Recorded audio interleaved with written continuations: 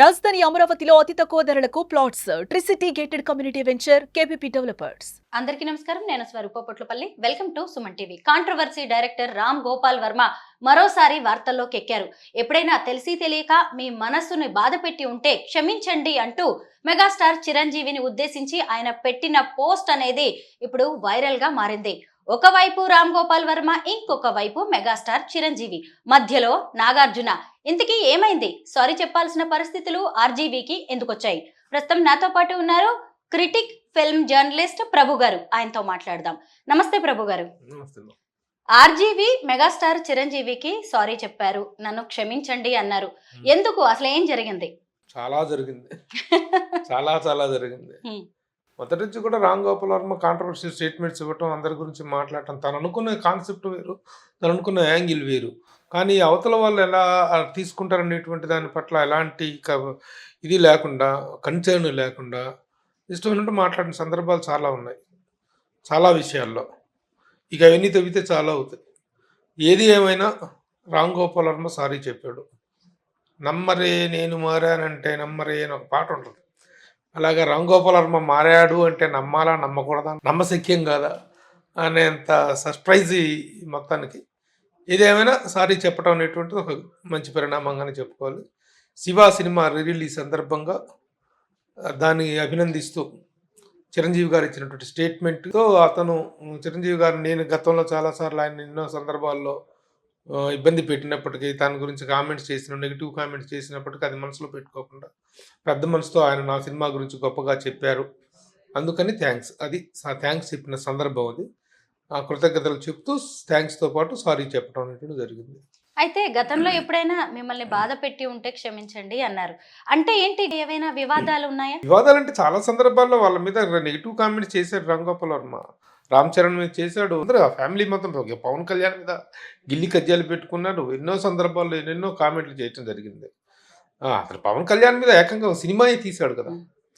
పవన్ కళ్యాణ్ మీద చాలా ఓడిపోయిన తర్వాత, తను లాస్ట్ 2019 ఎలక్షన్స్లో 2 చోట్ల పోటీ చేసి ఓడిపోయిన తర్వాత ఆ నేపథ్యాన్ని పడ్డం తీసుకొని, ఆ నేపథ్యంలో తన మీద ఒక సినిమా తీశాడు. ఆ సినిమా చాలా దారుణంగా తీయటం అనమాట. చాలా అవహేళనగా, అవమానకరంగా తీయటం జరిగినప్పుడు అది నిజంగా అతను ఒక పోరాటం చేస్తున్నాడు రాజకీయంగా, సరైనటువంటి ఇది రాకపోయినప్పటికీ కూడా కంటిన్యూగా పోరాటం చేస్తున్న సమయంలో పుండు మీద కారం చల్లినట్టుగా ఇతను ఆ సినిమా చేయటం జరిగింది. అదే కాకుండా చాలా సందర్భాల్లో ఇండస్ట్రీకి సంబంధించినటువంటి విషయాల్లో చాలా బాధ్యతారహితంగా మాట్లాడటం చూస్తూనే ఉంటాం కదా. రామ్ గోపాల్ వర్మ స్టేట్మెంట్స్ ఎలా ఉంటాయో, ఆయన సినిమాలు ఎలా ఉంటాయో, అవన్నీ గతం. ఇప్పుడు తనలో ఒక మార్పు వచ్చిందని ఆశిస్తున్నాం. లేకపోతే ఎందుకంటే గతంలో ఎప్పుడు కూడాను ఎవరికి సారీలు చెప్పటం కానీ, ఒక రిపెంటెన్స్ ఫీల్ అవటం కానీ, నేను చెప్పిందే నా దట్ ఈస్ మై స్టేట్మెంట్ అన్నట్టుగానే ఉండేవాడు తప్ప ఏ రోజు కూడాను he has not expressed any repentance for what he did. ఎందుకంటే గతంలో ఇండస్ట్రీ ఒక నైతిక సంక్షోభంలో ఉన్న టైంలో ఫిలిం ఛాంబర్ ముందు బట్టలు ఇప్పుకొని అర్ధనగ్న ప్రదర్శన చేసిన సందర్భంలో తను చేసినటువంటి రచ్చ అంతా ఇంత కాదు రామ్ గోపాల్ వర్మ. ఆ సందర్భంగా కానీ పవన్ కళ్యాణ్ ఫిలిం ఛాంబర్కి వెళ్ళినప్పుడు జరిగినటువంటి రచ్చ కానీ, ఇవన్నీ కూడా వాళ్ళ ఫ్యామిలీ పరంగా, వాళ్ళ ఫ్యామిలీని కూడా చాలా ఇబ్బందికరమైన స్టేట్మెంట్స్ ఇదైనటువంటి సందర్భంలో వైఎస్ఆర్సీపీ చేసినప్పుడు వాటిని సమర్థిస్తూ తను ఇచ్చిన స్టేట్మెంట్లు, ఇవన్నీ గత పాపాల పుట్టది. రామ్ గోపాల్ వర్మ పాపాల పుట్టది. అవన్నీ కూడా సరే గతం. ఈ మధ్యకాలంలో తనలో కూడాను ఎప్పుడైనా ఎవరికైనా ఒక వయసు వచ్చిన తర్వాత ఒక పరిణితి రావాలి, ఒక పరివర్తన రావాలి, వచ్చి తీరాలి. మేము ఇదే అనుకొని, అదే ఎందుకంటే being eccentric is different from being అడమెంట్గా ఉండటం వేరు, యాక్సెంట్రిక్గా ఉండటం వేరు. తనలో యాక్సెంట్రిసిటీ ఉంది, అది ఒక టైంలో అడమెంట్గా తయారైంది. ఒకప్పుడు రామ్ గోపాల్ వర్మ ఇంటర్వ్యూ అంటే, రామ్ గోపాల్ వర్మతో మాట్లాడటం అంటే మీడియాకు ఒక ప్రెస్టేజ్. రామ్ గోపాల్ వర్మతో ఇచ్చేటువంటిది ఇంటరాక్ట్ అవ్వటం అంటే ఒక ప్రెస్టేజ్, అవకాశం కోసం మీడియా అంతా ఎదురు చూసిన సందర్భాలు ఉన్నాయి. అదే రామ్ గోపాల్ వర్మ తర్వాత ఈ గల్లీలో ఉన్న సిల్లీ ఛానల్స్ కూడా ఇంటర్వ్యూలు ఇచ్చి made himself available to every Tom Dick and Harry. అలాంటి పరిస్థితులలోకి వచ్చాడు. తర్వాత మళ్ళీ ఇదొక జ్ఞానోదయ సమయం అనుకోవాలి, తనకి తెచ్చినటువంటి మార్పు అనుకోవాలి. ఎందుకంటే గతంలో చిరంజీవి గారితో కూడా సినిమా చేశాడు. తను చిరంజీవి గారిని డైరెక్ట్ చేశాడు. సినిమా 30% దాదాపు అయిపోయిన తర్వాత ఆగిపోయింది సినిమా. అశ్విని దత్ గారు ప్రొడ్యూసర్, శ్రీదేవి హీరోయిన్. అక్కడ కర్ణాటకలో అడవుల్లో షూటింగ్ జరుగుతున్నప్పుడు నేను కవరేజ్ కోసం కూడా వెళ్ళటం జరిగింది. ఆ సినిమా మధ్యలో ఆగిపోయింది. ఆ సినిమా సమయంలో కూడాను అప్పటికి రామ్ గోపాల్ వర్మ క్రేజ్ మామూలుగా లేదు. రామ్ గోపాల్ వర్మ అంటే అతను ఒక గొప్ప అద్భుతాలు సృష్టించగల అద్భుత దీపం ఉన్నంత రేంజ్‌లో ఇండియన్ సినిమా అతన్ని చూస్తూ ఉన్నటువంటి రోజులవి. ఆ సమయంలో అశ్విని దత్ గారు సెట్ చేశారు. సినిమా కూడా చేశారు. ఆ సినిమా సమయంలో కూడా చిరంజీవి గారు అంత కంఫర్టబుల్‌లో ఉంచలేదు అతను. అంటే ఈయన డైరెక్టర్ అయ్యే టైంకి చిరంజీవి గారు ఏ స్థాయిలో ఉన్నారనేటువంటిది అందరికీ తెలుసు. కానీ ఇతను ఆ 'శివతో' ఇచ్చినటువంటి అద్భుతమైనటువంటి రిజల్ట్ చూసి ఇండియన్ ఫిల్మ్ ఇండస్ట్రీయే షాక్ అయింది. తర్వాత ఈయన చేశారు గానీ అది బికాస్ ఆఫ్ సమ్ రీజన్స్ అది ఆగిపోయింది. శివ 4K రిలీజ్ అవుతుంది. ఈ సందర్భంగా ఆయన ఒక ఛానల్ కి ఇంటర్వ్యూ ఇచ్చారు. అప్పుడు ఒక యాంకర్ అడిగారు, నాగార్జున ప్లేస్ లో అదే సినిమాలో చిరంజీవిని పెట్టి ఉంటే ఎలా ఉండేది అన్నప్పుడు ఆయన ఒక రిప్లై ఇచ్చారు, అసలు నాగార్జునని కాకుండా ఇంకెవరిని ఆ క్యారెక్టర్ లో మనం ఊహించలేము అని. అంటే ఇప్పుడు సారీ చెప్పడానికి దీన్ని కూడా ఒక కారణంగా మనం భావించొచ్చా? దానికి దీనికి సంబంధం ఉంది. యాంకర్ అడిగినటువంటి ప్రశ్న ఏంటి? ఈ క్యారెక్టర్‌లో చిరంజీవి గారు అయితే కానీ చిరంజీవి గారు అనేటువంటిది అప్పటికి రూల్డ్ ఔట్‌కి వస్తున్నాం. ఎందుకంటే చిరంజీవి గారు అప్పటికి మెగా స్థాయికి వెళ్ళిపోయి ఒక హై లెవెల్ క్యారెక్టర్ చేస్తారు. అప్పుడు పోయి స్టూడెంట్ క్యారెక్టర్ చేసేటువంటిది లేదు కదా! ఇప్పుడు అంటే నాగార్జున వెంకటేష్ వీళ్ళంతా కెరీర్ స్టార్ట్ చేసే టైంకి చిరంజీవి గారు మెగాస్టార్‌గా ఉన్నారాయన. 88, 89 ఆ ప్రాంతంలో చిరంజీవి గారి హవా ఎలా ఉంది అప్పటికి? ఒక టాప్ పొజిషన్‌లో ఉన్నాడు ఆయన. ఆయన పోయి మరలా కాలేజ్ స్టూడెంట్ క్యారెక్టర్ ఎలా చేస్తారో అది రామ్ గోపాల్ వర్మ చెప్పిన ఆన్సర్ కరెక్ట్. శివాలో నాగార్జున గారిని తప్ప ఇంకొక లెవెల్‌ని మనం ఊహించుకోవడానికి అవకాశం లేదు అనేటువంటిది నిజం. శివ రిలీజ్ ని అప్రిషియేట్ చేస్తూ చిరంజీవి గారు పెట్టిన పోస్ట్ అనేది ఆయన క్యారెక్టర్ ని కూడా చూపిస్తుంది. అసలు ఇలాంటి సినిమాలు మళ్ళీ రావు, అసలు నాగార్జున చైన్ తెంపే సీన్ ని ఇంకా అసలు అదొక రేంజ్ లో ఉంటుంది అని చెప్పి. అయితే ఈయన సారీ చెప్పారు అంటే ఖచ్చితంగా గతంలో హర్ట్ చేసినట్టుగానే కనిపిస్తోంది కొన్ని ఇన్సిడెంట్స్ ని మనం చూసినప్పుడు. అయినా సరే చిరంజీవి చూడండి వాటేటిని కూడా పట్టించుకోకుండా అంత బాగా పోస్ట్ పెట్టడం అనేది ఆయన పెద్దరికాన్ని కూడా చూపిస్తోంది కదా. డెఫినెట్లీ చిరంజీవి గారు క్షమించి వదిలేసిన వాళ్ళ లిస్ట్ వేసుకుంటే కూడా అది చాలా పెద్ద లిస్ట్ అవుతుంది. ఈ మనసులో పెట్టుకోకుండా ఏ ఇదిని చేసుకుంటే మరి కొంతమంది ఎలాంటి మాటలు మాట్లాడారు, ఎలాంటి మాటలు మాట్లాడారు. ఇది సినిమా ఇండస్ట్రీ వల్ల బయట వాళ్ళు కదా. బయట పొలిటికల్గా వెళ్ళినప్పుడు పొలిటికల్గా ఎవరైనా అంటారు, పొలిటికల్ కాంట్రవర్సీస్ వస్తాయి. ఎంతమంది పేర్లు చెప్తే ఇప్పుడు అనవసరం కూడా తన పట్ల చాలా దారుణంగా ప్రవర్తించిన వాళ్ళని కూడా మనసులో ఇది పెట్టుకోకుండా క్షమించినటువంటి క్యారెక్టర్ తనది. నేరుగా మాట్లాడిన వాళ్ళనే ఆయన లెట్ దెమ్ అని వదిలేసినటువంటి సందర్భాలు చాలా ఉన్నాయి. ఆ లిస్ట్ వేస్తే చాలామంది ఉంటారు. కానీ that is is gesture, that is the greatness of Chiranjeevi గారు. ఎందుకంటే ఏ సందర్భంలో ఎవరెవరు ఎమోషనల్ అవుట్ బస్ట్లు అన్నారో దాని గురించి ఇప్పుడు లాగ తీసుకొని అవన్నీ పట్టించుకోవాల్సిన అవసరం లేదు అనేటువంటి ఒక పెద్ద తరహాని పెద్ద మనసు చేసుకోవటం అనేటువంటిది మామూలు విషయం కాదమ్మా. ప్రేమతో మంచి మనసుతో ఎవరినైనా మనం ఆధీనంలోకి తెచ్చుకోవచ్చు అన్నట్టుగా ఈయన ఇప్పుడు రామ్ గోపాల్ వర్మతో ఒక రకంగా సారీ చెప్పుకున్నట్టే. ఒక నటుడు, ఒక ప్రముఖ రచయిత చిరంజీవి గారి మీద మాట్లాడినటువంటి మాటలు మామూలు మాటలు మాట్లాడాల. ఒక నటుడు కమ్ రచయిత కమ్ దర్శకుడు కమ్ ఇది అతను అర్థమై ఉంటుంది జనాలకి. ఇప్పుడు అయిపోయిన తర్వాత పేర్లు చెప్పడం ఎందుకులే అని చెప్పేసి ఇలాంటి వాళ్ళు కోకొల్లలు ఉన్నారు. మాట్లాడిన వాళ్ళందరూ అయ్యో మేము తప్పు మాట్లాడాము ఆయన పట్ల, తప్పుగా బిహేవ్ చేసావు అనేటువంటి రిపెంటెన్స్తో తర్వాత వాళ్ళని కూడా హక్కును చేర్చుకున్నటువంటి సందర్భాలు ఉన్నాయి. అయితే మొత్తానికి ఈ శివ రిలీజ్ గురించి కాబట్టి ఇదంతా జరిగింది. ఇంతకీ రిలీజ్ ఎలా ఉండబోతోంది, మీరేం ఎక్స్పెక్ట్ చేస్తున్నారు? ఎందుకంటే రిలీజ్ల సీజన్ చాలా ఇదిగా వచ్చింది. అదొక ట్రెండ్ స్టార్ట్ అయింది. సీజన్ కాదు, it is a trend start అయింది. కాబట్టి ఆ ట్రెండ్ అనేటువంటిది ముఖ్యంగా శివ లాంటి సినిమా ఆ రోజుల్లోనే ఒక టెక్నికల్ రెవల్యూషన్, మామూలు రెవల్యూషన్ కాదు. నా దృష్టిలో శివ అనేటువంటిది తెలుగు ప్రేక్షకుల మది గదిలో నిక్షిప్తమైన ఒక అద్భుత దృశ్య సంపద. మన హిందీలోకి వెళ్తే ఒక షోలేలాగా, తెలుగులోకి వెళ్తే ఒక శివ అనేటువంటిది ఒక ల్యాండ్ మార్క్ సినిమా. అది ట్రెండ్ చాలా విధాలుగా ట్రెండ్ సెట్ చేసిన సినిమా.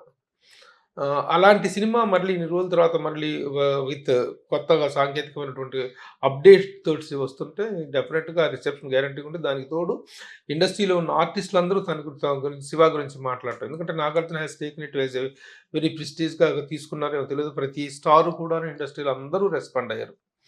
చిరంజీవి గారు మాట్లాడారంటే not because of Ram Gopal Varma, because of నాగార్జునతో తనకు ఉన్నటువంటి అనుబంధం దృష్ట్యా వాళ్ళిద్దరూ వెరీ వెరీ ఫ్రెండ్లీ. ఎందుకంటే వాళ్ళిద్దరికి ఉన్నంత అనుబంధం ఈ ఇండస్ట్రీలో ఏ ఇద్దరు స్టార్స్కి లేదు తెలుసా. ఒకప్పుడు వీళ్ళిద్దరికి కలిపి నంది అవార్డు షేర్ చేసుకున్నటువంటి సందర్భం ఉంది. ప్రభుత్వం ఇద్దరికి కలిపి నంది అవార్డు ఇచ్చింది. ఎవరికి వాళ్ళో తెలియక అలాంటి అనమాట ఇద్దరికి. అది ఇంతవరకు చరిత్రలో జరగలేదు. అలాగే చాలా సందర్భాల్లో చిరంజీవి గారికి నాగార్జున చిరంజీవి గారు ఇద్దరు కూడా మ్యూచువల్గా కొన్ని కొన్ని గ్రేట్ మూమెంట్స్ని షేర్ చేసుకునే సందర్భాలు ఉన్నాయి. They are wonderful friends in the film industry. So ఆ సందర్భంగా అందరూ రెస్పాండ్ అయ్యారు. చిరంజీవి గారు రెస్పాండ్ అయ్యారు. ఆ రెస్పాండ్ని రామ్ గోపాల్ వర్మ కూడా పాజిటివ్గా తీసుకొని ఓకే ఈ సందర్భాన్ని ఇది ఒక సందర్భంగా తీసుకున్నాడు. చిరంజీవి గారికి మళ్ళీ సారీ చెప్పటాన్ని దీన్ని ఒక సందర్భంగా తీసుకున్నాడు రామ్ గోపాల్ వర్మ. తీసుకున్నాడు కాబట్టి దాన్ని వెల్కమ్ చేయాల్సిన స్వాగతించాల్సిన matter. So all is well that ends well. Shiva release అనగానే ఆర్జీవి అలాగే మనం నాగార్జున గురించే మాట్లాడుకుంటున్నాం, కానీ ఇక్కడ మనం అమల గారి గురించి కూడా చెప్పుకోవాలి. ఆ తర్వాత అప్పుడేమో లవర్స్ గా యాక్ట్ చేసిన వాళ్ళు తర్వాత భార్యాభర్తలు అయ్యారు. తర్వాత వాళ్ళ లైఫ్ ఎలా ఉందో కూడా మనం చూస్తూనే ఉన్నాం. అమల గారి గురించి చెప్పండి. అమల గారు ఒక ప్రతిష్టాత్మకమైన ఫ్యామిలీలో అడుగు పెట్టినటువంటి ఒక ఆదర్శవంతమైన కోడలు. ఎందుకంటే నాగార్జునరావు గారి ఫ్యామిలీలో కడుగు పెడుతుంది. తను ఎక్కడో Irish lady, she's not an Indian. అక్కడ నుంచి వచ్చి ఇక్కడ స్థిరపడిపోయినటువంటి ఒక ఇండియన్ ఫారినర్ తను.